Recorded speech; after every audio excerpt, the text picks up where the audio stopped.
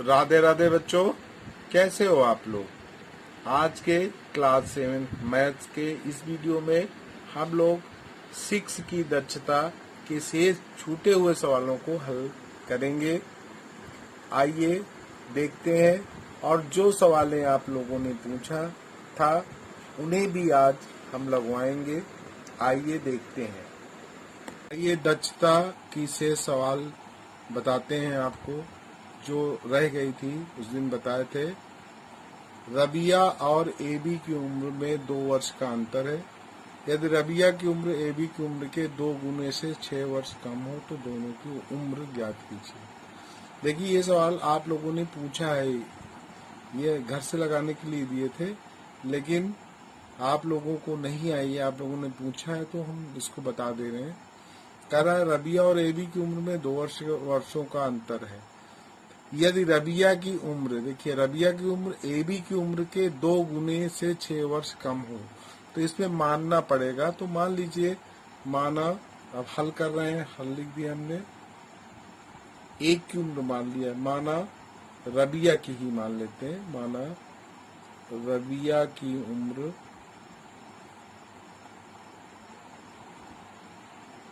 X वर्ष मान लिया, और अंतर 2 वर्ष का है। अतः एबी की उम्र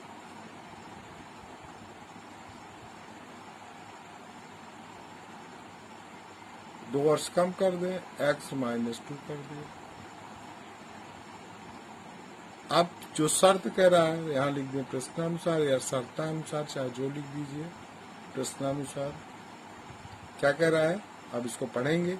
यदि रबिया की उम्र एबी की उम्र के 2 गुने से 6 वर्ष कम हो, इसका मतलब है कि यक्स बराबर, यक्स किसकी उम्र है, रबिया की उम्र। कह रहा है यदि रबिया की उम्र एबी की उम्र के 2 गुने, तो एबी की उम्र ये है तो इसका दूना कर देंगे, 2x-2, ये कर दिया हमने। 2 गुने से 6 वर्ष कम हो, ये 6 वर्ष आपकी जो है, 6 वर्ष कौन कम है, यदि कि 6 वर्ष ये जो है कम है तो या तो इससे 6 घटा दे तो बराबर हो जाएगा, और या तो ये जो है x बराबर इसका दूना, ये दूना कर दिया।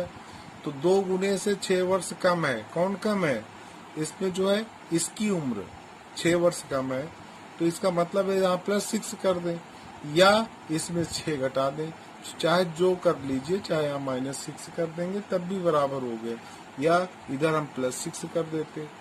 अब इधर हम लिख दे रहे हैं x=, अब इसी को सरल कर लेंगे। 2 × में है तो गुणा कर देंगे दोनों पदों में, 2 पद है ब्रैकेट के अंदर, 2x-4 -6 कर दिया हमने। Implies that x= 2x -c कितना हो जाएगा, 10 हो जाएगा। 6 4 10 -5 से जुड़ जाएगा। अब इसको इधर ले आएंगे तो यहाँ लिख देंगे x -2x -10 लिख देंगे। तो इम्प्लाइज दैट क्या बचेगा, अब यहाँ हमारा -2x है, ये x है, ये प्लस का है, माइनस का, तो -x, दो में से अगर एक घटा देंगे एक ही आएगा, यानी कि x आएगा, और यहाँ -10 है तो ये माइनस से माइनस कट जाएगा। तो ये x बराबर कितना आ गया, 10 वर्ष। तो ये किसकी उम्र आ गई, ये आ गई रबिया की उम्र। तो रबिया की उम्र 10 वर्ष है। अगर एबी की उम्र निकालना है, एबी की उम्र, तो एबी की उम्र क्या थी, x-2, अर्थात 10 -2, 10 ऋण 2 लिख देंगे तो 8 वर्ष आ जाएगी। तो ये आपकी उम्र निकल आई। ये किसकी उम्र है, ये रजिया की उम्र है, और ये एबी की उम्र है। चलिए अगली सवाल देखते हैं। एक आयत की लंबाई उसकी चौड़ाई से 5 सेंटीमीटर अधिक है। एक आयत की लंबाई जो है उसकी चौड़ाई से 5 अधिक है, तो कम कौन सा है वो मान लें। माना चौड़ाई हमने x माना, x सेंटीमीटर, तो लंबाई कितनी हो जाएगी, आयत की लंबाई हो जाएगी x + 5 हो जाएगा। आयत का परिमाप लिख दें, आयत का परिमाप परिमाप बराबर क्या होता है, 2 लंबाई धन चौड़ाई। क्यों ऐसा करते हैं, क्योंकि आयत में लंबाई चौड़ाई बराबर होती है। अगर ये x है तो ये भी x हो जाएगा, ये अगर y है तो ये भी y हो जाएगा। तो ये x x 2x हो गया, y y। परिमाप माने चारों भुजाओं का योग। तो इसको ऐसे लिख देते हैं, अगर इसको लिखें 2x धन 2y हो जाएगा जोड़ने पर। तो यहाँ 2 कॉमन ले लेंगे, x प्लस वाई। अर्थात ये फार्मूला परिमाप का होता है 2 इंटू एक्स प्लस वाई, अर्थात लंबाई प्लस चौड़ाई। तो ये लिख दिया हमने। अब मान रख दो इसमें, परिमाप दिया है 26, 2 लंबाई कितना आपने माना है, ये x प्लस 5 बनी और चौड़ाई हमने x माना था, ये हो गया। तो यहाँ हो जाएगा 26 और ये हो जाएगा x x 2x, 2 into 2x plus 5 लिख दिया हमने, ये हो जाएगा। और ये 4x प्लस 10 हो जाएगा। अब इसको क्या करेंगे, 4x यहीं रहने दो, इसको इधर ले आओ। तो ये हो जाएगा आपका 26 माइनस 10 और इक्वल टू 4x। इसी को लिख देंगे हम, ये हमारा घटा देंगे तो 16 आ जाएगा। तो इसलिए x की वैल्यू निकालना है, x बराबर इंटू में है तो बटे में आ जाएगा, 16/4। तो 4 चौक 16, अर्थात x बराबर कितना आ गया 4। x क्या है, चौड़ाई, तो चौड़ाई हो गई उसकी 4 सेंटीमीटर। लंबाई कितनी हो जाएगी 4, और यहाँ 4 रख देंगे, x की जगह 4 और 5 जोड़ देंगे तो 9 आएगा। अतः हम लिख देंगे उत्तर, अतः लंबाई इक्वल टू ये लिख दें, ये x प्लस 5 था तो x की वैल्यू कितना आया था, x की वैल्यू 4 और ये प्लस 5 तो 9 cm लिख देंगे, सेंटीमीटर ये होगी। तो और चौड़ाई कितनी आई थी, चौड़ाई इक्वल टू x थी, तो x की वैल्यू 4 आया था। तो ये उत्तर हो जाए, ये आपका उत्तर हो गया। चलिए अगली सवाल देखते हैं। एक लड़का 2.5 घंटे में 20 किलोमीटर दूरी तय करता है, ठीक है। यदि उसने 5 किलोमीटर प्रति घंटा की चाल से कुछ दूरी पैदल चलकर और शेष दूरी को 10 किलोमीटर प्रति घंटा की चाल से साइकिल द्वारा तय की हो, तो उसके द्वारा पैदल चली गई दूरी। तो अब इसमें देखिए, पैदल भी चलता है और साइकिल से भी चलता है। ये कह रहा है एक लड़का 2.5 घंटे में 20 किलोमीटर दूरी तय करता है, 20 किलोमीटर। यदि उसने 5 किलोमीटर प्रति घंटे की चाल से कुछ दूरी पैदल चलकर और शेष दूरी को 10 किलोमीटर प्रति घंटा की चाल से, यानी कि दोनों की चालें दी हैं, पैदल 5 किलोमीटर प्रति घंटा है और साइकिल से 10 किलोमीटर प्रति घंटा है। साइकिल द्वारा तय की गई हो तो उसके द्वारा पैदल चली गई, तो यहाँ लिख दो मानव पैदल चली गई दूरी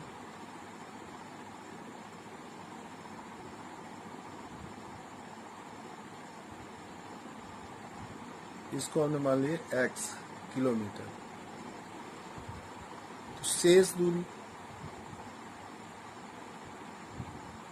दूरी टोटल कितना चलता है 20 किलोमीटर, तो 20 माइनस x कर देंगे।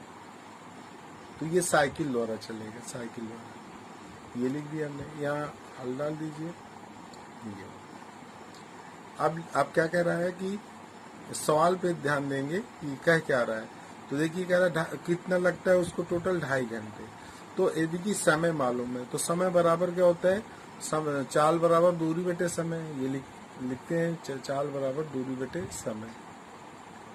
और तो अगर हमें समय निकालना है तो समय बराबर ये हमारा समय निकालेंगे तो दूरी तो लिखी रहेगी जैसे लिखा है और चाल बटे में आ जाएगा, ये लिख सकते हैं। तो अब यहाँ लिख देंगे प्रश्न के अनुसार, प्रश्नानुसार क्या कह रहा है। अब दोनों को जोड़ के हम 2.5 घंटे दिखा दें। तो समय, अब देखिए पैदल चली गई दूरी x है तो x बटे लिख देंगे, चाल कितना है 5 किलोमीटर प्रति घंटा, प्लस अब ये हमारा है 20 माइनस x साइकिल द्वारा जो चलता है दूरी बटे 10 कर देंगे। इक्वल टू कितना है 2.5 घंटे। 2.5 का मतलब 2 दूना 4, 5 बटे 2 घंटे, ये लिख दिया हमने। अब इसी समीकरण को हल कर लेंगे। इसका एलसीएम ले लिया हमने, इसका एलसीएम 10 आएगा। 5 का भाग देंगे 2 बार जाएगा, ऊपर गुणा कर देंगे तो 2x ये हो गया, प्लस 1 बार जाएगा तो ये 20 माइनस x, x से गुणा करेंगे वही चीज आ जाएगी 5/2। अब यहाँ 2x है, ये माइनस x, तो केवल x बचेगा। तो x plus 20 upon 10 equal to 5/2। अगर हम चाहें तो नीचे नीचे काट सकते हैं और यह तीरिया गुणा कर लो, इसका ऐसे ऐसे गुणा कर ले, बज गुणा क्रॉस मल्टीप्लाई, क्या जो बोल लो कर लेंगे।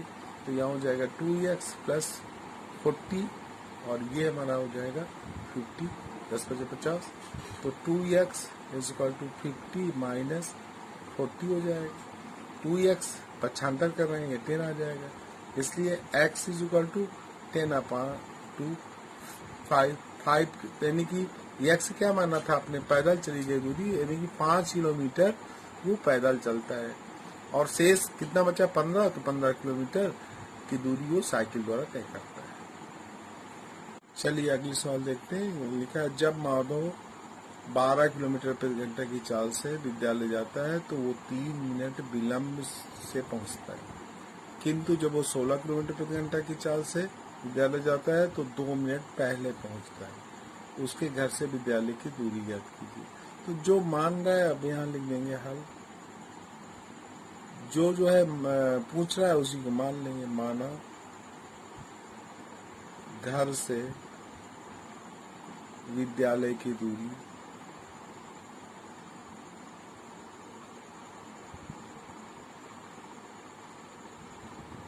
ये मान लिया हमने x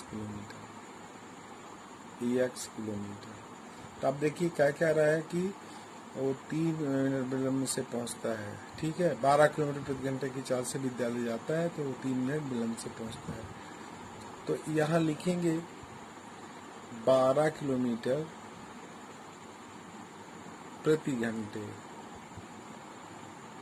से विद्यालय जाने में लगा समय।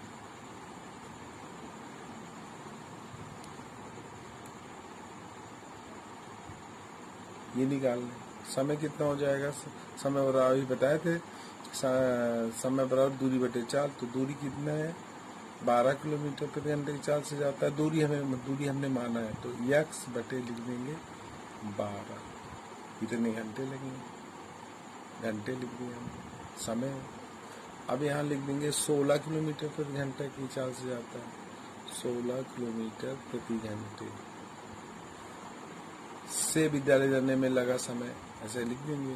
तो ये बराबर कितना हो जाएगा आपका, ये हो जाएगा x बटे 16 घंटे, इतना लिख लिया हमने प्रश्नानुसार। अब देखते हैं क्या कह रहा है। तो ये कह रहा है कि 12 किलोमीटर प्रति घंटा की चाल से विद्यालय जा 3 मिनट विलंब से पहुंचता है, तो इसका मतलब है x/12।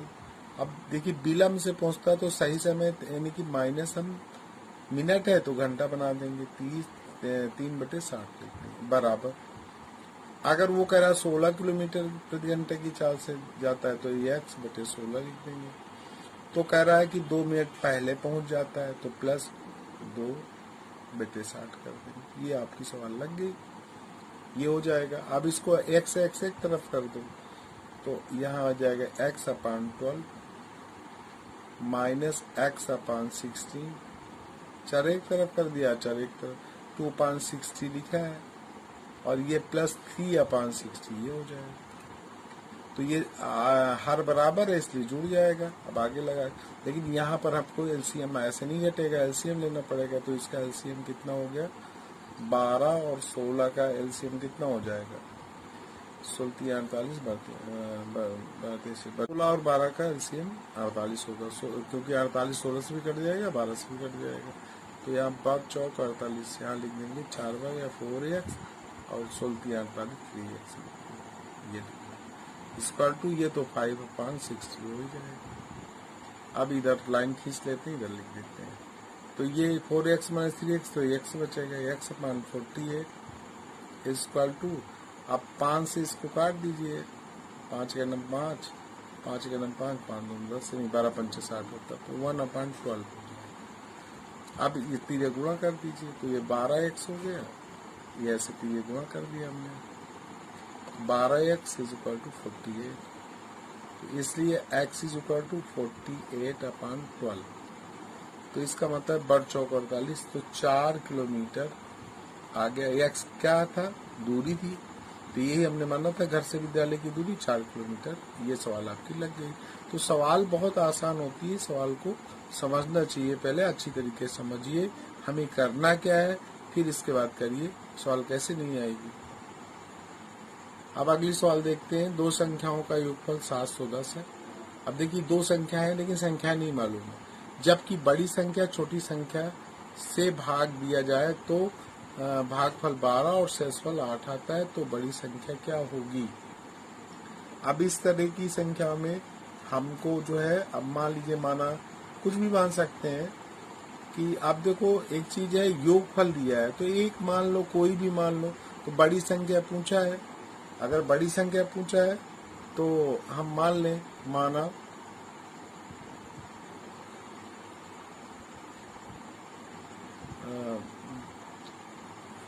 बड़ी संख्या ही मान लेते हैं, बड़ी संख्या इज इक्वल टू x मान लो। तो छोटी संख्या कितनी है, छोटी संख्या, अब छोटी संख्या है तो दोनों का योगफल 710 है, तो 710 से x घटा देंगे, तो ये बड़ी, ये आपकी आ गई छोटी संख्या। अब इम्प्लाइज दैट कर दें। अब क्या कह रहा है, जब बड़ी संख्या को छोटी संख्या से भाग दिया जाता है तो बड़ी संख्या आपकी x है, x लिख दिए, छोटी संख्या से भाग देते हैं 7/710 माइनस x भाग दिया जाता है, तो भागफल बराबर 12 और शेषफल 8 आता है। तो आप देखो यहाँ पर हमको जो है ये जो फार्मूला होता है उससे लगाना पड़ेगा। जैसे हम यहाँ भाग दें, मान लो ये लिखा है आपका, तो अब आप जब 7 भाग देंगे तो एक बार जाएगा, ये 7 हो गया, कट गया, 2 उतारा, भाग नहीं गया, 0 बढ़ा दिया। अगर हमें ये निकालना है, यानी कि अब ये क्या है, अगर हमें इसको निकालना है, यानी कि 72 इक्वल टू कितना हो जाएगा, जो आपका भागफल आएगा 10 गुणे जो 10 गुणे 7 लिख देंगे और प्लस 2 लिख देंगे। इस फार्मूले का प्रयोग हमें करना पड़ेगा। तो यहाँ जो हम दिखा रहे थे, क्योंकि पूरी चीज हम दिखा नहीं सकते हैं, यहाँ पर नहीं आएगा, इससे नहीं लगा सकते हैं, इसको लगाएंगे, ये फार्मूला लिख देंगे। फार्मूला क्या है, भाज्य बराबर होता है भाजक, भाजक मतलब जिससे भाग देते हैं, गुणे भागफल और प्लस शेषफल। शेषफल जैसे ये आपका क्या, इसमें भाग दे रहे हैं, भाज्य हो गया, और जिससे भाग देते हैं वो भाजक कहलाता है, और जो आता है भाग देने में वो भागफल कहलाएगा, और जो शेष बच जाता है वो क्या हो जाएगा, आपका हो जाएगा शेषफल हो जाएगा। और कभी भी ध्यान देना है कि 10 बार भाग नहीं जाता है। जैसे आप 7 70 ऐसे नहीं कर सकते हैं, क्योंकि 10 बार कभी जाएगा नहीं, एक बार, क्योंकि एक बार चला जाएगा। तो 9 से 10 बार किसी संख्या में भाग नहीं जाएगा, एक बार ले जाएंगे, फिर अगर भाग नहीं जाएगा तो 0 बढ़ाएंगे। तो अभी यहीं लिख दीजिए, यहाँ पर मान रख देंगे, मान रख दीजिए। तो आपका भाज्य क्या है, भाज्य इसमें क्या आ गया, अब देखो, अब इसमें देखना पड़ेगा। तो इसमें कह रहा है कि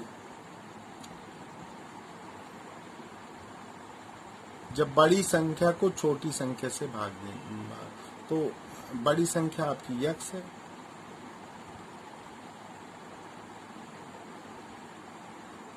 और भाजक में छोटी संख्या, यानी कि ये हो जाएगा 710 माइनस x।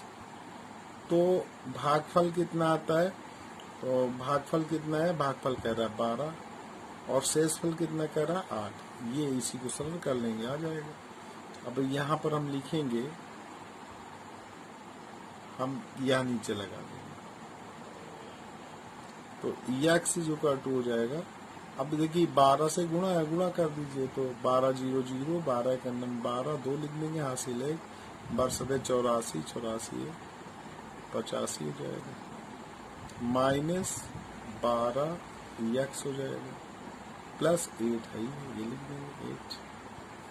अब x इधर ले आएंगे तो x धन ये 12 x हो जाएगा, और ये हमारा जुड़ जाएगा 8 इसमें, और तो 8 5 2 8 भाई 20 है, 20 28 हो जाएगा, ये 8528 हो गया। तो ये 13x हो गया, 8528। तो इसलिए जब x की वैल्यू निकालेंगे तो ये हो जाएगा 8528 बटे 13। 13 से भाग दे दें, 13 से भाग देने पर जो आएगा तो यानी कि इसमें जो है 13 से भाग दे दीजिए, 8 5 2 8, तो 13 78, 6 बार ले जाइए। 15 में से 8 7 15, यहाँ कुछ नहीं बचेगा, 2 उतारेंगे, 13 25 65, 12 में से 7 5 12, और 13 78 हो गए, कट गया। अर्थात यक्स, इसमें यक्स का मान कितना आ गया, ये लिख देंगे 656। तो देखो इस तरह हमने एक ही बार में निकाल दिया। अगर हम चाहें तो ये बड़ी संख्या हमने यक्स माना था, तो छोटी संख्या भी यक्स मान के लगा सकते हैं, तो हो सकता है कैलकुलेशन कम करना पड़ता। आप चलिए एक सवाल और है, वो देख लीजिए। ये कह रहा है यदि 2y plus z is equal to 17, 2z plus x is equal to 15 और 2x plus y is equal to 10, तो x plus y plus z का मान ज्ञात कीजिए। ये भी सवाल एक लड़की ने पूछा था। ये है आपका 2y प्लस जेड, सबको जोड़ दें। 2y plus z is equal to कितना है, 17 है। तो हम क्या करें कि 2y प्लस जेड प्लस इसका जो है कितना था 2z प्लस एक्स, एक पक्ष का 2 पक्ष हो गए, बराबर लग गया। तो इधर हम जो चर हैं उनको जोड़ दे रहे हैं, और अचर को एक तरफ जोड़ देंगे। तीसरे में क्या था 2x प्लस वाई लिख देंगे इज इक्वल टू, अब ये लिख दें 17 है, फिर 15 है, फिर कितना है 10 है। ये अब देखिए, अगर ध्यान से देखो तो 2y और एक y, ये है 3y हो गया। इसी तरह 2z और z 3z हो गया, 2x x, तो ये हो गया हमारा, क्रम से लिख दिया 3x plus 3y plus 3z, जोड़ने में ये आ गया हमारा। और इसको जोड़ेंगे तो कितना आएगा, 7 5 12, 1 1 2 3 32, 10 42 आ गया हमारा। अब इसमें 3 कॉमन है, क्योंकि सब में ऊपर नीचे 3, तो 3 कॉमन ले लिया हमने, तो बचेगा x plus y plus z, ये हो गया 42 हो गया। इसलिए x plus y plus z, ये इंटू में है, गुणे में है, तो इधर जाएगा तो बटे में हो जाएगा, तो 3 का नम 3, 3 चौक 12, अर्थात x plus y plus z equal to 14 हो जाएगा। ये तो x plus y plus z का मान कितना आ गया 14, तो ये इसका आंसर आ गया। राधे राधे बच्चों, आज के लिए बस इतना ही।